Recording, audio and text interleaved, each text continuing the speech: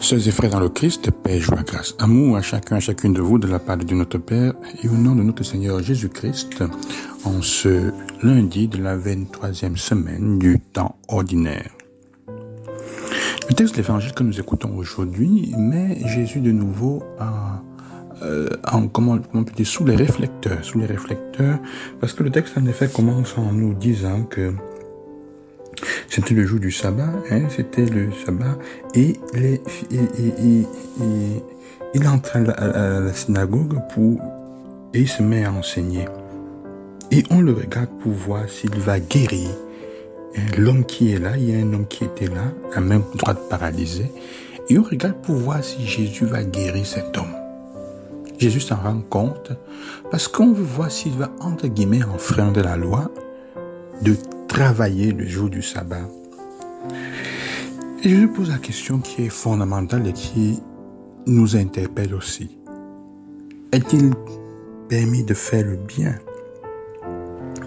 Ou est-il licite de faire le bien le jour du sabbat ou alors de faire le mal, de sauver une vie ou alors de la supprimer?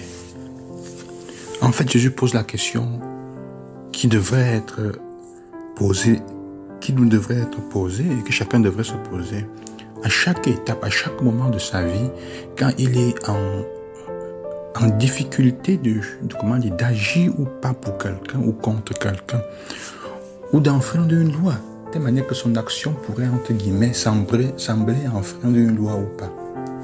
Jésus pose la question afin de savoir, est-ce que c'est plus important de mettre en pratique la loi ou alors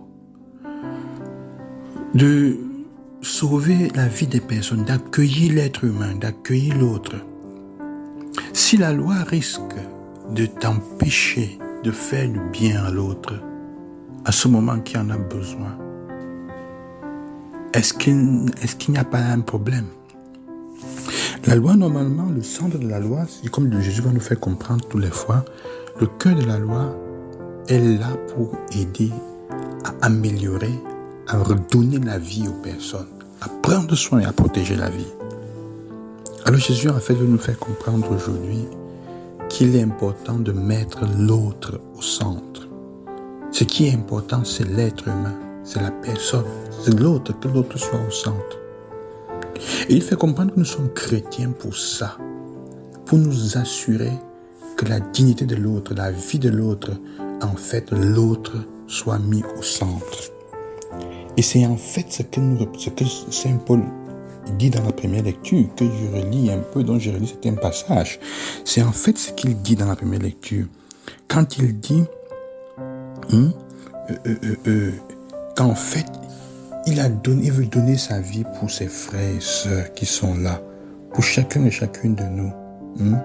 Je veux en fait que vous sachiez quelle lutte difficile je dois soutenir pour vous, pour ceux de l'Odyssée, et pour tous ceux qui ne m'ont jamais vu dans personne. Parce que pour que leur cœur soit consolé. Et même si vous ne me connaissez pas, je suis en train de soutenir une lutte dure pour vous, pour que vous soyez consolés. Pour la consolation des personnes. Ainsi, intimement unis dans l'amour, ils seront enrichis d'une intelligence complète. Ils deviendront intelligents, la capacité de comprendre la réalité, pour connaître le mystère de Dieu, en effet, qui est Jésus. Sœurs et frères, c'est le défi qui nous est proposé aujourd'hui. Que nous posons la question de savoir, je vis pour qui et pourquoi?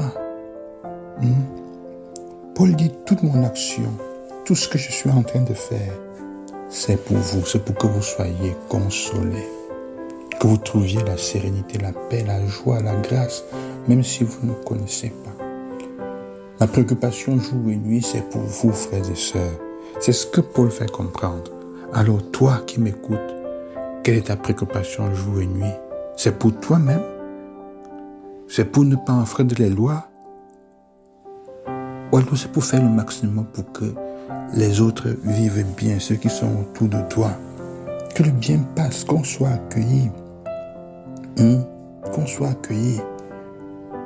Et c'est ça qui fait comprendre le mystère même de la gloire de Dieu. Le mystère de la gloire de Dieu au milieu des autres. Paul ne le fait pas pour se vanter. Il le fait parce que comme il dit au début, c'est pour ajouter. C'est pour continuer à ajouter, à perfectionner, à porter dans son accomplissement ce qui a été commencé dans la chair de Christ, dans sa souffrance. Nous sommes là pour ça comme chrétiens, pour continuer en fait à manifester ce que Jésus a voulu. L'amour dit à notre humanité, Dieu vous aime, aie cœur, Dieu prend soin de toi, être humain. Dieu prend soin de nous. Quel que soit, il n'abolit pas la loi, mais il veut vivre, il veut montrer comment la loi a été faite pour redonner vie, pour redonner espérance et pour aider la vie des gens, la vie des autres à se développer, à s'épanouir. C'est pour ça que le jour du sabbat, il va guérir. C'est un jour de repos, mais pour être avec les autres, pour faire du bien aux autres, pour faire le bien et non pas pour faire le mal. Si la loi te porte à faire le mal ou à faire moins de bien, alors c'est une mauvaise loi.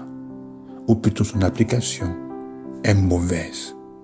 Que le Seigneur vous accompagne et qu'il vous bénisse et qu'il fasse de chacun et chacune de vous des êtres capables de se battre pour que les autres soient consolés. À demain, le Saint Jésus-Christ.